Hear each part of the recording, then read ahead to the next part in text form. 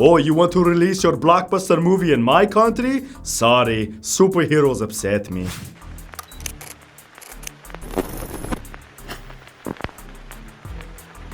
It's pretty shocking to think that the movie that could very well be the best film director Steven Spielberg has ever made would be unwelcome anywhere. However, that's the reality in some countries. Released on February 4th, 1993, Schindler's List is an incredible drama that stars Liam Neeson, Ben Kingsley, and Ralph Fiennes. Taking place in Nazi-occupied Poland during World War II, the film won 7 Academy Awards, including Best Picture.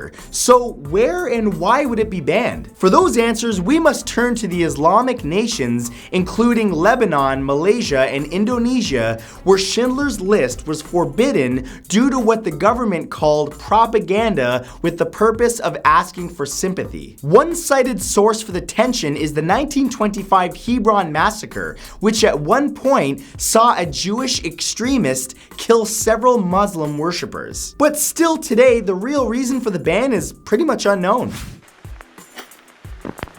As one of the top grossing films of all time, you'd think James Cameron's 2009 epic visual masterpiece Avatar would have pulled in that record-breaking amount from pretty much every country on the planet. Well, there's one very big country that was definitely left out of that. Though it did premiere in the People's Republic of China in January of 2010, the film was pulled from theaters after only 2 short weeks. During that time, Avatar managed to grab the top spot as the most successful movie of all time in the country. So why pull the incredibly popular film? Well, as it turns out, the Chinese government were concerned about the plot of the movie, in which an alien race called the Na'vi are forcefully removed from their homes. This created unrest in the communist country's citizens, many of which were being faced with evictions due to the need to build high-rises and government infrastructure projects. That's cold.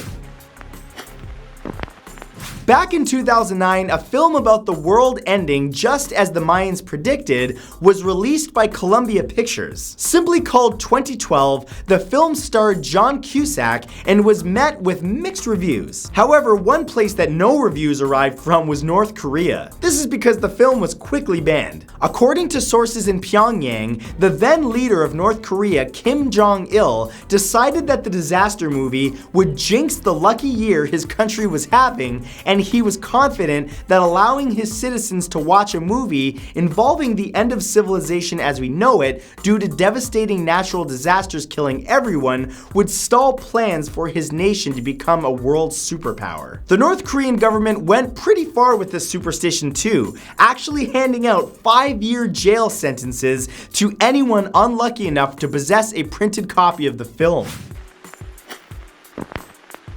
The power of fear compels you to apparently ban one of the best and scariest horror films ever made. On December 26, 1973, William Friedkin's film adaptation of the best-selling novel by William Peter Blatty, The Exorcist, began scaring the pants off moviegoers, literally leaving many of them trembling or feeling physically ill. But over in England, many theaters declined to screen it, which led to The Exorcist bus trips for daring fans to travel to other cities that did show it. Then, in 1988, 7 years after being released on video, the movie was banned in the UK entirely. Britain's censorship bureau feared the effect the images of a possessed 12-year-old girl would have on younger viewers and couldn't control home video audiences' ages like they could in theaters. It wasn't until 1998 that the ban was lifted after the release revealed that audiences had been desensitized to such graphic horror scenes. I still say this is one of the best horror movies of all time,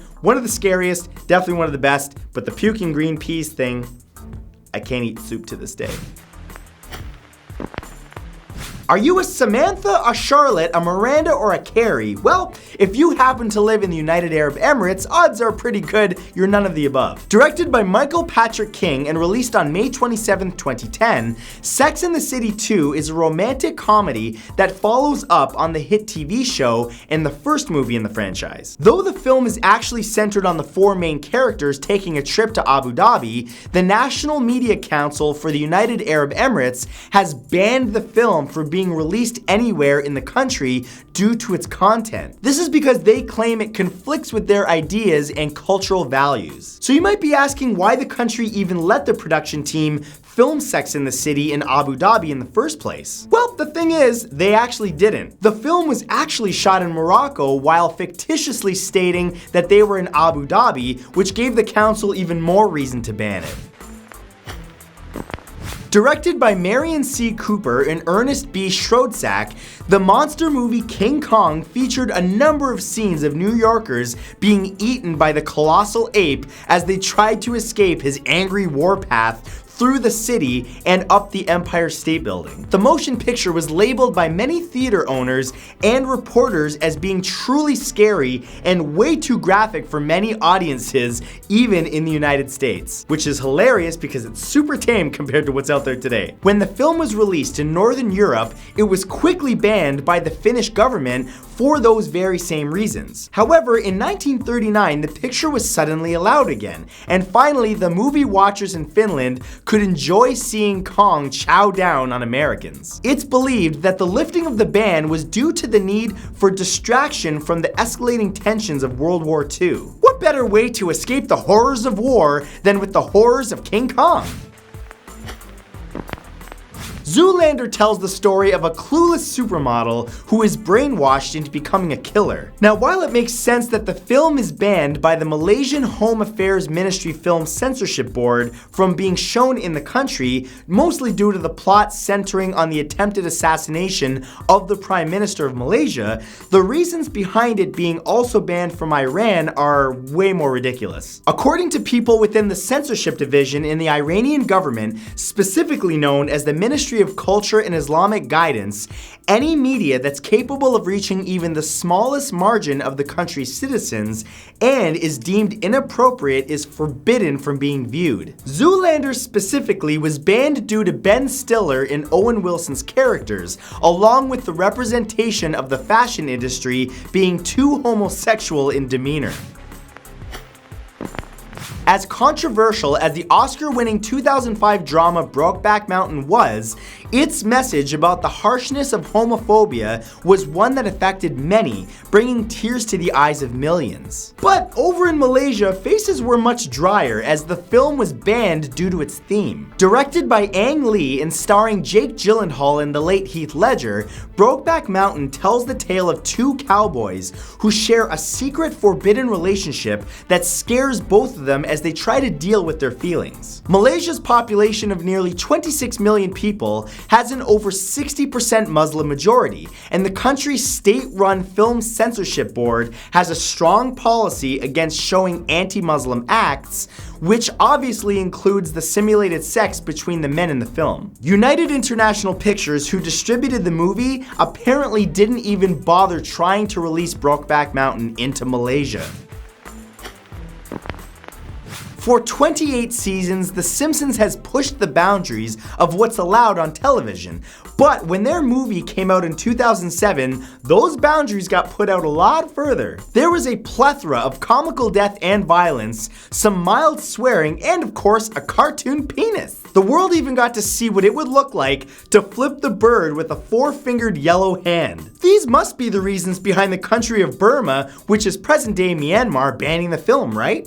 No. The real reason behind the film being forbidden might be much more colorful. Duh, literally. Burma had a restriction against the colors yellow and red appearing prominently in the film. This is just one of the many ridiculous rules that the country has put in place, many of which are simply based on bizarre superstitions. No real reason has ever been given by the Burmese government for why this rule exists, but the film is still banned.